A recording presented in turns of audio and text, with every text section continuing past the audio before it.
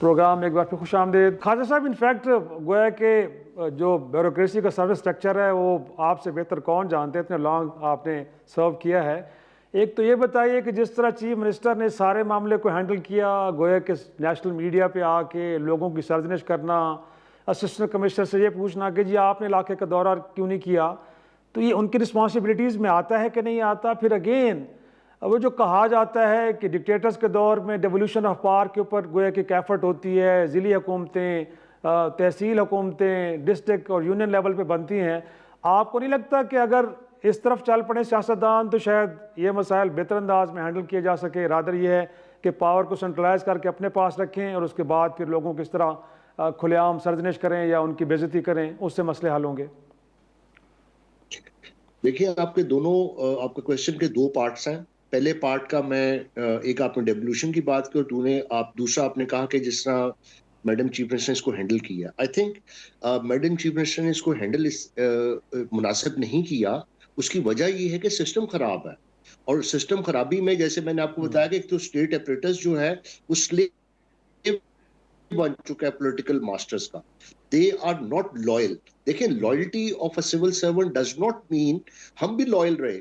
मैं बहुत लॉयल था अपनी चीफ मिनिस्टर के साथ, लेकिन उसका मतलब ये नहीं है कि we should become a slave. Slave और लॉयल्टी में फर्क ये है कि आपने you have to proceed as per law. आपने जो भी प्रोसेस, जो भी आपको हदायत मिलती हैं, जो भी पॉलिसी मिलती है, आपने उसको कानूनी लिहाज से उसको इंप्लीमेंट करना है, और जो चीज पॉसिबल है वो करनी है, जो नहीं possible you have to get back to the chief minister कि ये पॉसिबल नहीं है। एक बात। लेकिन जब स्लेव सिस्टम, अब देखें एरेटिक पोस्टिंग्स है। पिछले 2-4 माह पहले पूरे पंजाब में 36 जिलों में तकरीबन 20 से ज्यादा जो डिप्टी कमिश्नर थे वो 18 ग्रेड और 19 ग्रेड पे थे। जहां पे 19 ग्रेड का था वहां पे 18 ग्रेड के लगे हुए थे, और जहां पे 20 ग्रेड का होना चाहिए वहां पे 19 ग्रेड के लगे हुए हैं। अब ये क्यों इसकी है कि you want a compliant bureaucracy, you want a toady bureaucracy, you want a bureaucracy जो यस मैन हो। ये है निजाम की गलती। दूसरी बात निजाम की गलती ये है कि निजाम में शफाफियत और मेरिट नहीं है। देखें, फॉर्म 47 की वजह से मैं उस पॉलिटिक्स में नहीं जाऊंगा। इस मौजूदा हुकूमत के पास कानूनी और इखलाकी हैसियत पे सवालिया निशान है। एक जायज हुकूमत का तस्वर मौजूद नहीं है।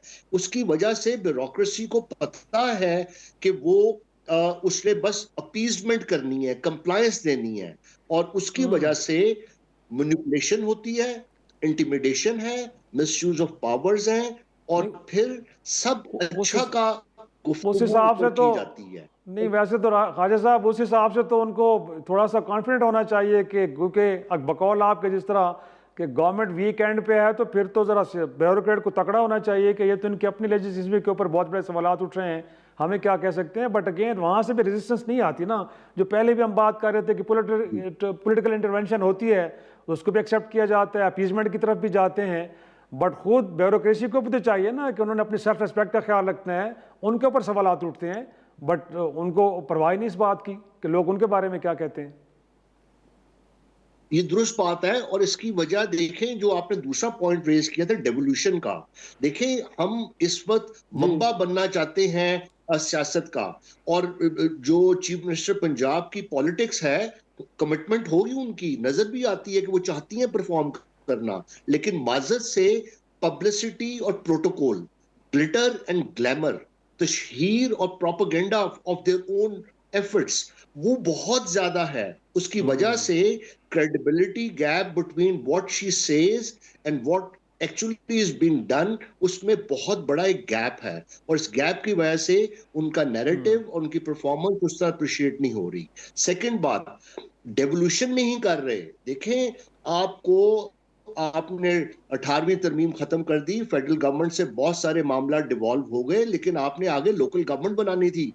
लोकल गवर्नमेंट का मतलब ये है local issues, local leadership, local जरूरियात के मुताबिक लोकल पॉलिसी का design, local monitoring, local control and local accountability. लेकिन आपका एमपी एमएनए, उसको फंड्स मिलते हैं, वो बेनिफिशियरी है उस फंड का, कमीशन, ब्राइब्स, जो है किकबैक्स पूरे पाकिस्तान में चल रही है, हर बंदे को पता है। इसको प्राइम मिनिस्टर साहब को भी, चीफ मिनिस्टर साहिबान को इसको फाइट करना पड़ेगा। अगर हम और मैं आपको एक बात बता दूं, मेरी एक बड़ी इंपॉर्टेंट रिजर्वेशन है relationship between bureaucracy, police and politician. एक टेक्टिकल गैप होता है सर, जो मेंटेन करना पड़ता है ब्यूरोक्रेट को भी और पॉलिटिशियन को भी। अगर वो ब्यूरोक्रेट को सबसर्वेंट बना लेगा तो सब वो काम भी नहीं करेगा। उसको पता है मैंने 10 और अच्छे काम किए, मेरी मेरी सीट पक्की है। तो एक टेक्टिकल गैप रखना पड़ता है। वो प्रोफेशनली, जैसे कलीम इमाम साहब ने बड़ी अच्छी बात की कि प्रोफेशनलिज्म को प्रमोट करना है। प्रोफेशनलिज्म उस वक्त आएगा जब सियासी पुश्तपनाही खत्म होगी, जब हम अकाउंटेबिलिटी का काम करेंगे और हम ट्रू मेंबर्स और ट्रू रिप्रेजेंटेटिव्स पॉलिटिकल सिस्टम में लाएंगे, जो डेमोक्रेसी का एसेंस है। Point taken. मैं जरा कलीम साहब इनफैक्ट आपने जो बात की है कि शायद अपीसमेंट की जो गोया कि एक सोच है, शायद उसकी वजह से पुलिस उन मामलात में भी एक्टिव नज़र आती है कि जो उनके डोमेन में आते नहीं हैं। But sir, things are not so simple. In fact थाना कल्चर, आप इस इदारे के सरबराह रहे हैं, लेकिन हम बतौर शहरी जब भुगतते हैं सर, वो कोई इतना मुनासिब नहीं है। तो आपको लगता है कि वो जो रिक्वायर्ड चेक एंड बैलेंस का निज़ाम होना चाहिए, फिर पुलिस की प्रॉपर ट्रेनिंग होनी चाहिए, इवन कि इंडक्शन के वक्त उनके कुछ साइकोलॉजिकल टेस्ट होने चाहिए कि इनका अपना माइंडसेट क्या है। कैसा तो नहीं है कि कोई मतलब है कि जराइम पेशा सोच रखने वाले लोग हैं, लोगों के साथ इनकी ट्रीटमेंट का लेवल क्या है, कोई ख़ानदानी पस मंज़र क्या है, ये चीज़ें तो नहीं देखी जाती। और यही वजह है कि हमें थानों के अंदर वो एक क्राइम होते हुए नज़र आते हैं। सर, ये कोई एक वाक़या नहीं है, इससे पहले भी बेशुमार ये तो मीडिया में आ जाते हैं, वरना रोज़ सब कुछ यही हो रहा है। नहीं शिराई साहब, मैं आपसे पूरा इत्तेफाक करता हूँ। और सारी उम्र हमने यही कोशिश की, 34 साल की जो नौकरी की, कि खुदाया पुलिस की इस्लाहत ले आए, रिफॉर्म्स ले आए। थाना कैसा है, थाने के मसाइल क्या हैं, थाना कैसे हो सकता है, ये सबको पता है। सवाल ये कि आप चाहते हैं कि नहीं चाहते, ये एक सवाल है बहुत बड़ा। क्या विल है कि नहीं आपकी। देखिए, हम रिक्रूटमेंट पे लड़ते थे कि मेरिट पे लोगों को भर्ती करें। इस शख्स ने कल आपके घर आने, तफ्तीश करने, आपके खानदान की हिफाजत करनी है, लेकिन सिफारिश पे आप भर्ती कर लें, ट्रेनिंग मुनासिब ना कराएं, उसके बाद उसकी अकाउंटेबिलिटी ना करें, तो फिर यही रिजल्ट आएगा। थाने में एक जमाने में ये स्कीम आई कि एएसपी को लगा दिया जाए। अगर आप आईजी को भी थाने में बैठा देना तो थाना ठीक नहीं होना। इसकी वजह ये कि आप वहाँ निज़ाम चलाना ही नहीं चाह रहे। निज़ाम क्या चल रहा है कि जो आपने एक रियासत का टूल बन के काम करना है, ऊपर से हुक्म आ गया कि इसको क्या करना है आप कर दें। जब तक ये नहीं खत्म होगा, चीजें ठीक नहीं होंगी। दूसरा ये कि लीडरशिप को आप देखें ना, मैं पुलिस कमिश्नर रहा हूँ डार्फोर में। मेरी साल में 3 दफा ट्रेनिंग होती थी। उनको, यूएन को ये फिक्र था कि अगर हमने अपने लीडर को ट्रेन नहीं किया, ये मुश्किल वक्त में फैसला कैसे करेगा।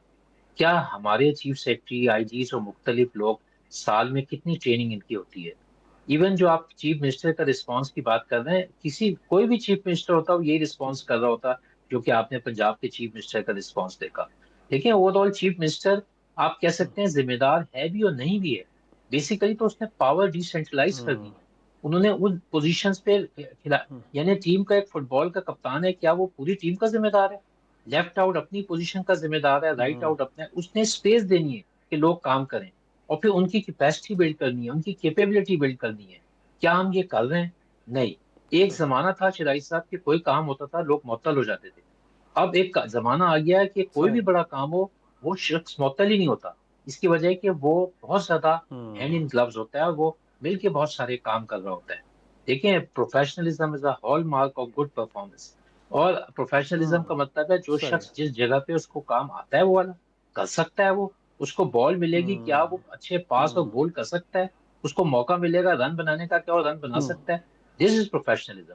आपने जहां तक थाने की बात की, अब बिल्कुल आप सही कह रहे हैं। थाने की इसलिए यहाँ सूरत हाल है कि आप मेरिट पे पोस्टिंग नहीं करते, उनकी आप रिसोर्सेज नहीं देते, उनकी आप अकाउंटेबिलिटी नहीं करते।